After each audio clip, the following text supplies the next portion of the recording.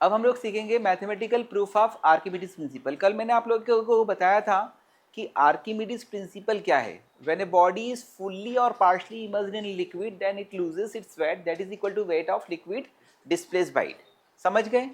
अब यहाँ पर मुझे यहाँ पर एक मैथमेटिकल प्रूफ पे जाना है। हालांकि ये कंसेप्ट मैं आपको ऑलरेडी सिखा चुका हूँ, लेकिन इसमें ही आपका मैथमेटिकल प्रूफ छुपा हुआ था। किसका? आर्किमिडीज प्रिंसिपल का। तो देखिए, अगर हम एक लिक्विड लेते हैं, ओके, इसके अंदर पहले मैं एक इमेजनरी क्या रखता था? सिलेंडर रखता था। अभी मैं यहां पर एक एक्चुअल सिलेंडर यहां पर रखता हूं। ये सिलेंडर हो, ठीक है बेटा। ये सिलेंडर यहां से कितनी डेप्थ पर है? H1। ये डेप्थ कितनी है? H2। इसका एरिया ऑफ क्रॉस सेक्शन कितना है? A। यहाँ पर ऊपर वाला लिक्विड इस पर एक हाइड्रोस्टेटिक फोर्स लगाएगा F1 डाउनवर्ड डायरेक्शन में। नीचे वाला लिक्विड सरफेस के परपेंडिकुलर एक हाइड्रोस्टेटिक फोर्स लगाएगा F2 ऊपर की डायरेक्शन में। और कर्व सरफेस पर हाइड्रोस्टेटिक फ्लूइड इस पे फोर्सेस लगाएंगे और वो फोर्सेस सारे के सारे A से जाएंगे। तो उन फोर्सेस का रिजल्टेंट क्या होगा? यहाँ पर net force on curved surface क्या होगा? 0। समझ में? ठीक है। तो कुल मिलाकर मेरे बच्चों यहाँ पर हमें क्या मिलेगा? एक फोर्स मिलेगा F1 डाउनवर्ड, एक फोर्स मिलेगा F2 अपवर्ड, ठीक है। और हाइड्रोस्टेटिक फोर्स ऑन सिलेंडर है ना। F1 किसके बराबर होगा? P0 प्लस H1 रो जी इंटू एरिया। ये कहाँ पर है बेटा? डाउनवर्ड। F2 किसके बराबर है बेटा? P0 plus H2 rho ji into A upward. तो net hydrostatic force is equal to क्या होगा? F2 minus F1 that is H2 minus H1 rho g A into this is the volume of body into rho is density of liquid into G. Volume of the body into density of liquid is equal to क्या होगा? Mass of liquid displaced है ना into G. तो mass of liquid displaced by the body into G is equal to weight of liquid displaced. तो this much force is acting in upward direction है ना। तो net क्या होगा? Net जो वेट होगा वो क्या होगा? Weight minus upthrust. तो this is the U, this is the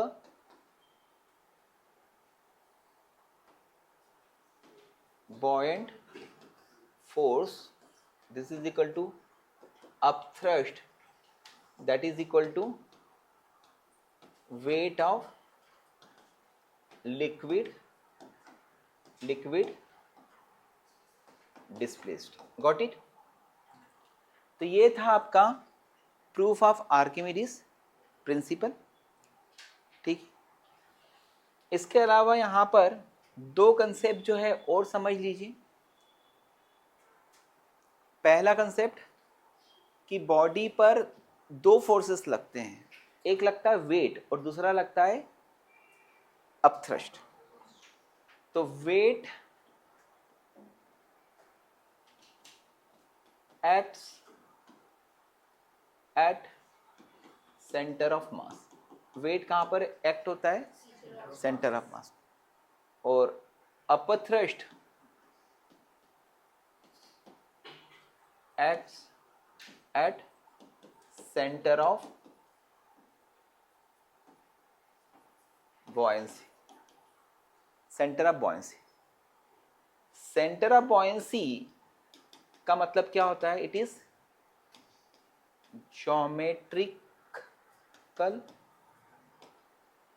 centre of submerged part. ये क्या होता है? Geometrical centre of submerge part of the body. समझ गए?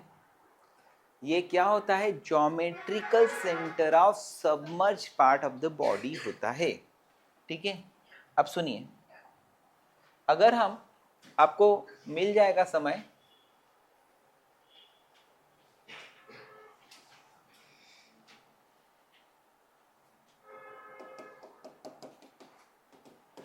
ये बॉडी, ये अगर यूनिफॉर्म कंपोजिशन की है तो इसका क्या होगा? ये होगा सेंटर ऑफ मास। यहां पर क्या लगेगा? mg। और ये क्या है? Submerge part. तो this is the submerge part.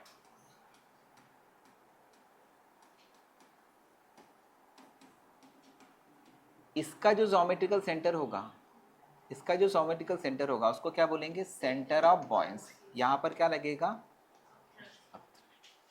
तो सेंटर ऑफ मास कहां पर एक्ट होता है? सेंटर ऑफ मास पर क्या एक्ट होता है? वेक्ट। और सेंटर ऑफ बॉयंसी पर क्या एक्ट होता है? अपथ्रस्ट। ये दोनों फोर्सेस कभी कभी एक ही पॉइंट पर एक्ट होते हैं जब सेंटर ऑफ बॉयंसी और centre of mass same point हो। अदरवाइज ये दोनों क्या होंगे? अलग अलग पॉइंट्स हो सकते हैं। समझ में आए? तो सेंटर ऑफ बॉयंसी पर अपथ्रस्ट होता है, एक्ट होता है, और सेंटर ऑफ मास पर वेट एक्ट होता है। Got it? ठीक है, तो इसमें अभी मैं यहाँ पर कुछ क्वेश्चंस को डिस्कस करता हूँ। ठीक है ना? और ऑलरेडी आप क्वेश्चंस को पहले अटेम्प्ट कर लेना चाहिए, फिर उसके बाद में देखना चाहिए। ठीक है, तो यहाँ पर अ क्यूबॉइड ऑफ, साथ में लिख सकते हो, dimension 10 centimetre into 10 centimetre into 8 centimetre is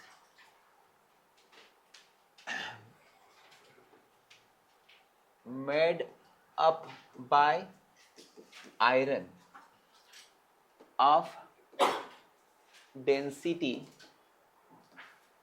7.9 ग्राम पर सेंटीमीटर क्यूब। एक क्यूबॉइड है जिसके डायमेंशन ऐसे हैं, इसकी डेंसिटी ये है ना, is floating in mercury. Density of mercury कितना दिया हुआ है? 13.6 ग्राम पर सेंटीमीटर क्यूब, है ना। Then find length of cuboid in air, है ना।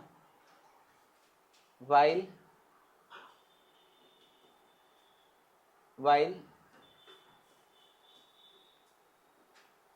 square, while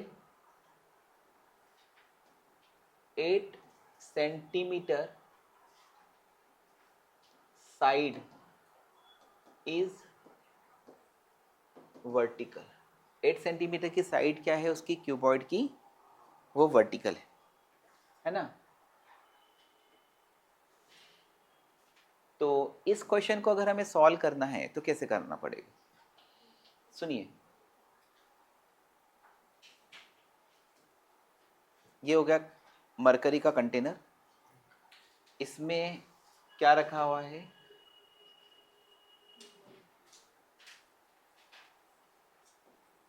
क्यूबॉइड रखा हुआ है। ओके, तो यहां पर मैं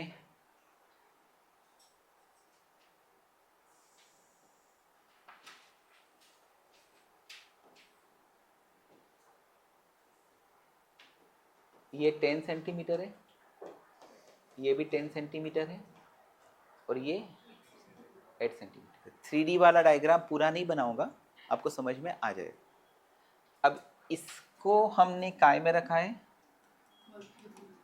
मर्क्यूरी में रखा है, ये क्या है मरकरी, ये क्या है आयरन। इसका हमने ये दिया है कि इसका कितना पार्ट काय में है, एयर में, एक्स पार्ट एयर, समझी बेटा। तो कुल मिलाकर यहाँ पर हम लोग क्या करेंगे, ये इसका क्या होगा सेंटर ऑफ मास, इस पर क्या लगेगा वेट। इसका डूबा हुआ पार्ट जो है वो कितना है, इतना पार्ट डूबा हुआ, इसका ज्योमेट्रिकल सेंटर पर क्या लगेगा बेटा, बॉयंट फोर्स लगेगा। तो यहाँ पर क्या लगेगा, ये सेंटर ऑफ बॉयंसी और ये क्या है सेंटर ऑफ मास, इस पर अपथ्रस्ट लग रहा है। तो क्या होगा यहाँ पर क्या होगा, in equilibrium weight is equal to क्या होगा बेटा, अपथ्रस्ट। कई बॉडी अगर फ्लोटिंग है तो इसका मतलब इक्विलिब्रियम में, तो downward force is weight, that is balance by what, upthrust. तो वेट का मतलब क्या होगा, वॉल्यूम, वॉल्यूम का मतलब क्या होगा 10 into 10 into 8 into density of iron, that is what 7.9 into g is equal to upthrust. Upthrust किसके बराबर होगा, वॉल्यूम ऑफ लिक्विड डिस्प्लेस। तो वॉल्यूम ऑफ लिक्विड डिस्प्लेस निकालना है तो एरिया इंटू हाइट होगी। अरे बेटा थोड़ा सा तो दिमाग लगाओ, एरिया क्या होगा 10 इंटू 10 इंटू 8 माइनस 1, शाबाश, इंटू 13.6 इंटू जी, जी से जी गया, 100 से 100 गए, समझ गए, समझ गया। तो ये आएगा 8 इंटू 79 इज इक्वल टू क्या आया 136 इंटू 8 माइनस बोलो 136x, इसको उधर बुला लो। तो 136x इज इक्वल टू क्या आ गया, 8 कॉमन आ जाएगा, तो इट इज 136 माइनस 79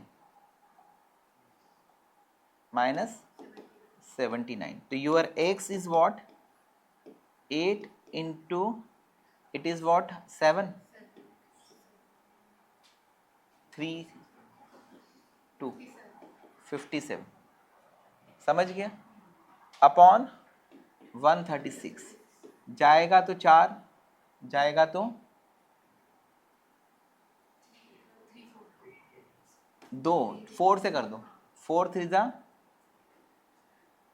12, बचेगा 1, 34, 17 17 17, तो ये आ जाएगा 3.1 के आसपास सेंटीमीटर।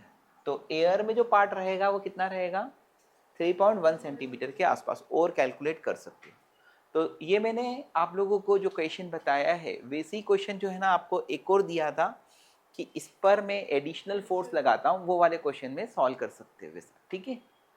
अब यहाँ पर तो ये क्वेश्चन आर्किमिडीज प्रिंसिपल का इजीएस्ट क्वेश्चन हो गया है ना। इसको टफ कैसे कर सकता हूँ मैं, बताएं कि इंस्टेड ऑफ दिस क्यूबॉइड, हाँ बेटा क्या दे दूंगा, कोन दे दूंगा, और फिर आपसे पूछो तो वो थोड़ा सा डिफिकल्ट होगा। अभी हम लोग इसमें ही एक डिफिकल्टी लेवल और बढ़ा देते, और मैं बेटा यहाँ पर ये बोलता हूँ कि मैंने यहाँ पर क्या डाला, फ्री सरफेस पर ग्लिसरीन डाल दिया, और ग्लिसरीन की की डेंसिटी कितनी है 2.4 है।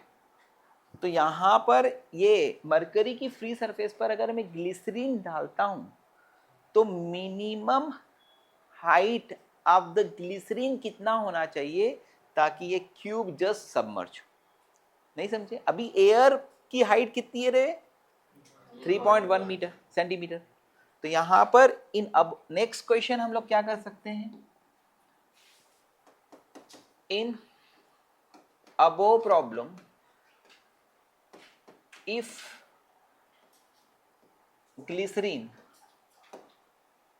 ग्लिसरीन ऑफ डेंसिटी, ग्लिसरीन की डेंसिटी कितनी है 2.4 ग्राम पर centimetre cube is poured over the surface of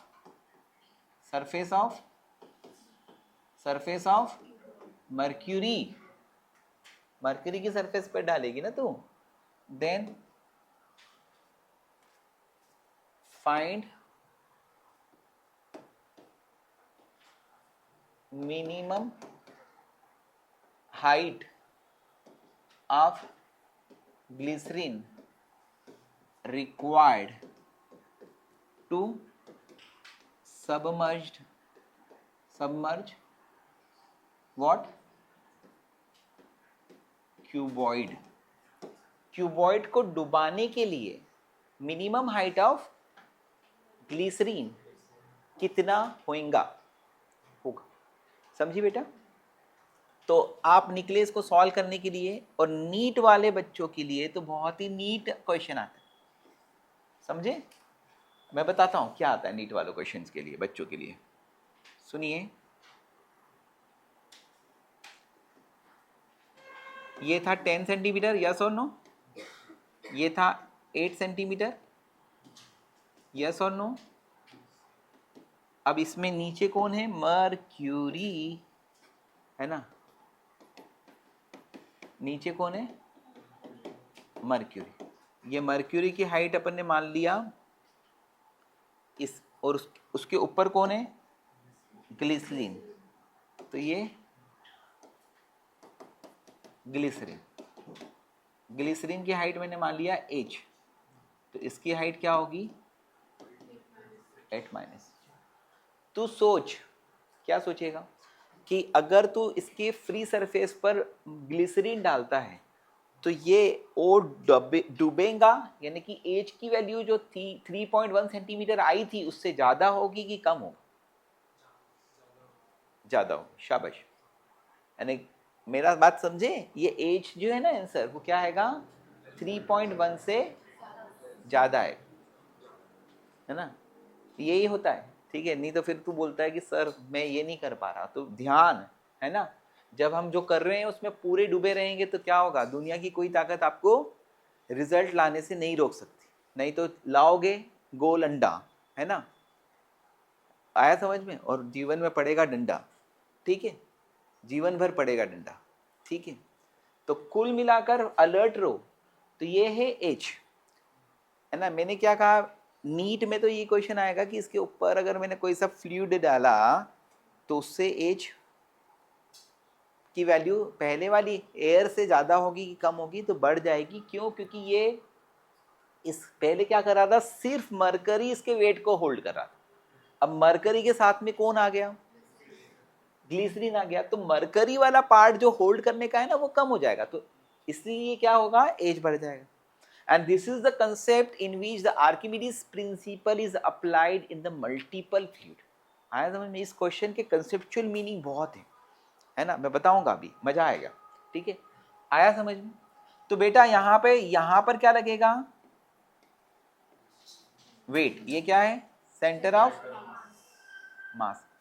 centre of buoyancy यहाँ पे चूंकि पूरा ही पार्ट डूबा हुआ है, तो यहाँ पर ही क्या लगेगा?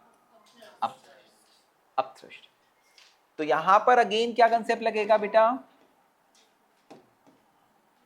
Wait is equal to upthrust. Weight किसके बराबर आया?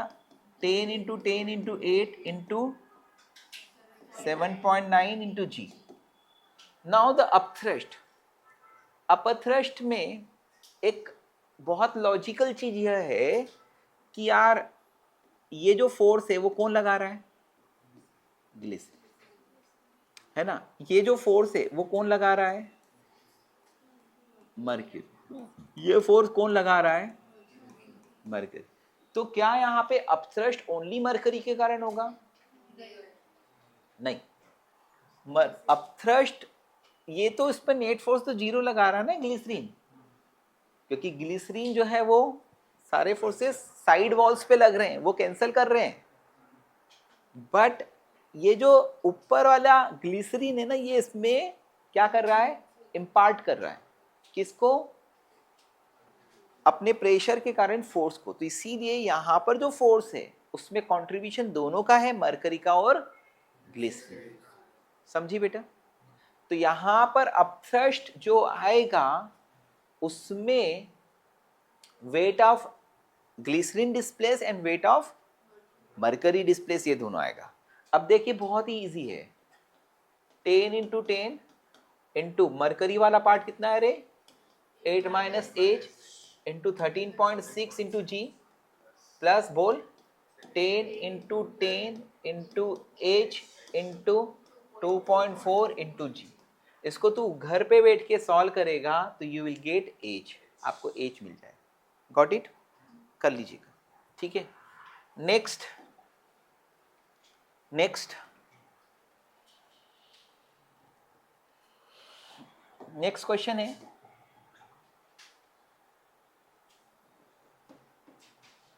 अ glass sphere has cavity in it। एक ग्लास स्फीयर में क्या है बेटा, कुछ केविटी, केविटी का मतलब एयर इनक्लोज है ना। Specific density of glass is equal to 2.4। Specific density of glass क्या है, 2.4। when it is immersed in water then 80% of it is submerged in water। find fractional part of cavity। Find fractional part of the cavity, cavity का fractional part कितना होगा ये निकालना। तो once again question को एक बार पढ़ लो। ग्लास स्फीयर है, उसके अंदर एक कैविटी है और ग्लास की स्पेसिफिक ग्रेविटी या स्पेसिफिक डेंसिटी कितनी है, 2.4 है।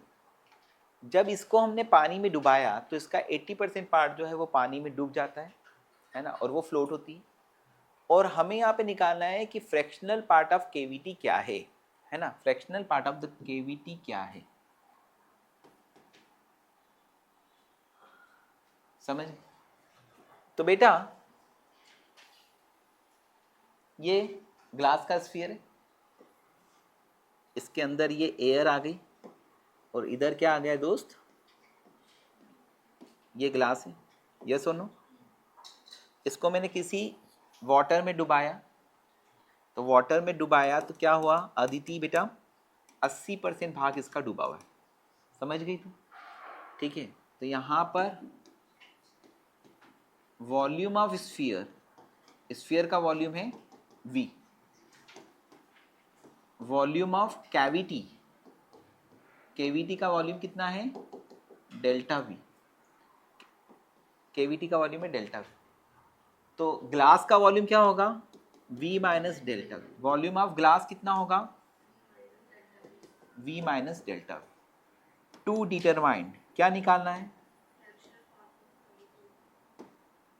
फ्रैक्शनल पार्ट ऑफ केविटी, यानी तेरे को निकालना है डेल्टा वी अपॉन वी। तेरे को क्या निकालना है, डेल्टा वी बाई वी। तो ये क्वेश्चन जो है वो again it is the problem of what, Archimedes principal, क्योंकि बॉडी फ्लोट हो रही है और बॉडी को फ्लोट होने में फोर्स कौन कौन से लगेंगे दोस्त, यहाँ पर लगेगा वेट और एक लगेगा अप, है ना। तो weight mg is equal to क्या होगा, अप थ्रस्ट। वेट किसके कारण है, एयर के कारण नहीं है, किसके कारण है, ग्लास के कारण। तो ग्लास का वॉल्यूम है v minus delta V into density of glass into G. अब थ्रस्ट का मतलब क्या होगा, 80 by weight of liquid displace by the sphere. तो उसका 80% भाग जो है वो पानी के अंदर डूबा हुआ है। तो 80 by 100 into we into density of water into G, समझी? ये गया तो v minus delta V into density of glass जो आएगा वो 2.4 इंटू डेंसिटी ऑफ वाटर आएगा, क्योंकि स्पेसिफिक डेंसिटी दिया हुआ था। ये कितना आ गया बेटा, 4/5 into we into density of water आएगा। ये दोनों गए, है ना, गए तो गए, है ना, गए तो गए। डेसिमल गया तो ये 10 आ गया, ये 5 से ये 2 आएगा, 4 से ये 6 आएगा, 6 से ये 3 आएगा, तो 3v minus 3 delta v is equal to क्या आ रहा है रे, v। अगर मैंने किया है सही तो 2v इज इक्वल टू क्या आ रहा है, 3 delta v. So you have to find delta v by v, so your answer is what, 2/3। your answer is what, 2/3, correct. तो this is the simple concept जिसमें आप लोगों को मैंने ये क्वेश्चन बना के दिया था कि एक स्फीयर जो है वो पार्शली सबमर्ज है और वहाँ पर वो फ्लोट हो रहा है, लेकिन यहाँ पर केविटी आ गई थी तो थोड़ा सा क्वेश्चन जो है वो आया, समझ गए? अब उसके बाद में ठीक है,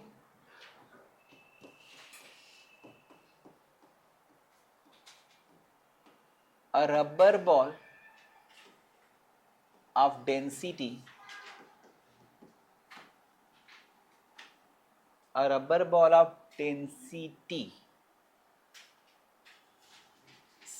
rho, mass m, radius r। एक रबर की बॉल है जिसकी डेंसिटी कितनी है, रो है, मास कितना है, m है, रेडियस क्या है, r है ना, is kept inside a liquid of density sigma, where sigma is greater than rho। जहाँ पे सिग्मा यानी डेंसिटी ऑफ लिक्विड क्या है, greater than density of the rubber ball. तो जब लिक्विड की डेंसिटी ज़्यादा होगी, ऑब्जेक्ट की डेंसिटी कम होगी, तो क्या होगा, उठेंगी, है ना। एट डेप्थ एज, उस लिक्विड के अंदर वो कितनी डेप्थ पर है, h depth. When we released it, जब मैं इसको रिलीज करता हूं, कहां से, एज डेप्थ, है ना, from depth h, then find maximum height attained by ball. समझे? ये भी क्वेश्चन इंपॉर्टेंट क्वेश्चंस में से हैं, आर्किमिडीज प्रिंसिपल के। इस तरह के क्वेश्चंस भी आपसे पूछे जाते हैं, है ना, ध्यान से समझिएगा। ऑलरेडी आप सोचोगे तो आएगा। देखो एक लिक्विड है बेटा, यहाँ पे एक चीज ले लेना कि आर क्या है, वेरी स्मॉल, रेडियस स्मॉल, समझ गए। रेडियस अगर बड़ी होगी ना तो क्वेश्चन डिफिकल्ट होगा, उस केस में फिर इंटीग्रेशन मेथड वगैरह का लगाना पड़े, है ना। तो अभी हम लोग पहले इतना तो समझते हैं। तो कुल मिलाकर यहाँ पर क्या है कि लिक्विड की डेंसिटी कितनी है, डेंसिटी ऑफ लिक्विड।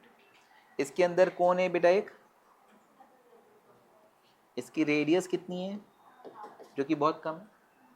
इसकी डेंसिटी कितनी है, रो है। इस पर कौन सा फोर्स नीचे की तरफ लग रहा है, कौन सा फोर्स ऊपर की तरफ लग रहा है, अप। ये कितनी डेप्थ पर है, आया समझ। तो अगर मैं इसको सॉल्व करने जाता हूं, अगर हम इसको सॉल्व करने जा रहा है, तो अपन ये बोलेगा कि u is greater than weight. अब थ्रस्ट ज्यादा है, क्यों, क्योंकि डेंसिटी ऑफ लिक्विड ज्यादा है डेंसिटी ऑफ रबर बॉल्स, है ना। तो ये क्या होगा, एक्सेलरेटेड होगा, ये एक्सेलरेटेड होगा। तो यहां से यहां तक की जर्नी क्या होगी, एक्सेलरेटेड जर्नी। यहां पर इनिशियल वेलोसिटी कितनी है, इनिशियल वेलोसिटी कितनी है, 0। यहां पर आकर वेलोसिटी क्या होगी, v1 होगी, ये मैक्सिमम वेलोसिटी होगी। और जैसे ही ये बाहर निकलेगा वैसे ही क्या होगा, अंडर ग्रेविटी होगा, यानी रिटार्डेशन होगा। और उसके बाद में ये h1 हाइट पर आकर फाइनल वेलोसिटी क्या होगी, 0 हो जाएगी। जिससे अपने को क्या निकालना है, टू डिटरमाइन, क्या निकालना है, h1 निकालना, क्या निकालना है, h1। तो मेरे मित्रों, अगर आपको सॉल्व करना है तो you can solve it in two ways, two steps, sorry. One is the net upward force से एक्सेलरेशन आ जाएगा, एक्सेलरेशन से यहाँ तक आने पर वेलोसिटी आ जाएगी, और फिर उसके बाद में अंडर ग्रेविटी रिटार्डेशन आएगा, और फाइनल आंसर आ जाएगा, है ना। तो यहाँ पर दो मेथड्स हैं,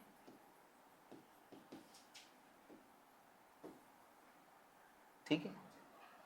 लेकिन मैं यहाँ पर क्या लगाऊंगा, दूसरी मेथड लगाऊंगा। यहाँ पे फोर्सेस कौन कौन से लग रहे हैं, वर्क डन बाय अपथ्रस्ट और work done by gravity is equal to क्या होगा, चेंज इन काइनेटिक एनर्जी। इसमें ये कहाँ से कहाँ तक जाता है, रेस्ट टू रेस्ट जाता है। यहाँ पे भी रेस्ट में, वहाँ पे भी रेस्ट में। लेकिन अपथ्रस्ट कहाँ तक लग रहा है, h हाइट तक। ग्रेविटी कहाँ तक लग रही है, h प्लस h। तो work done by upthrust, upthrust क्या करेगा, पॉजिटिव वर्क करेगा, क्योंकि ऊपर ही जा रहा है, और अपथ्रस्ट भी ऊपर लग रहा है। ग्रेविटी क्या करेगी, नेगेटिव वर्क करेगी। तो वर्क डन बाय अपथ्रस्ट क्या होगा, बॉयंट फोर्स इनटू h।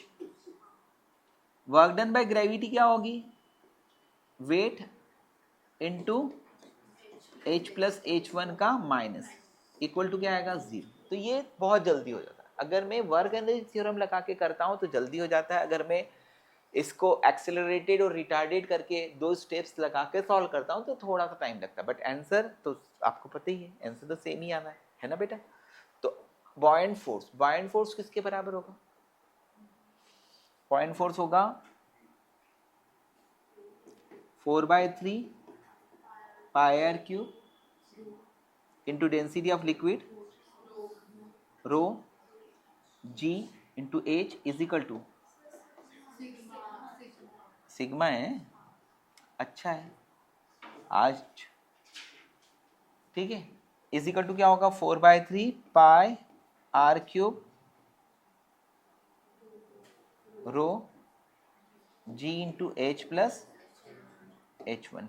कौन जाता है, जो जाता है उनको जाने दो, बाकी सबको अपने साथ आने दो।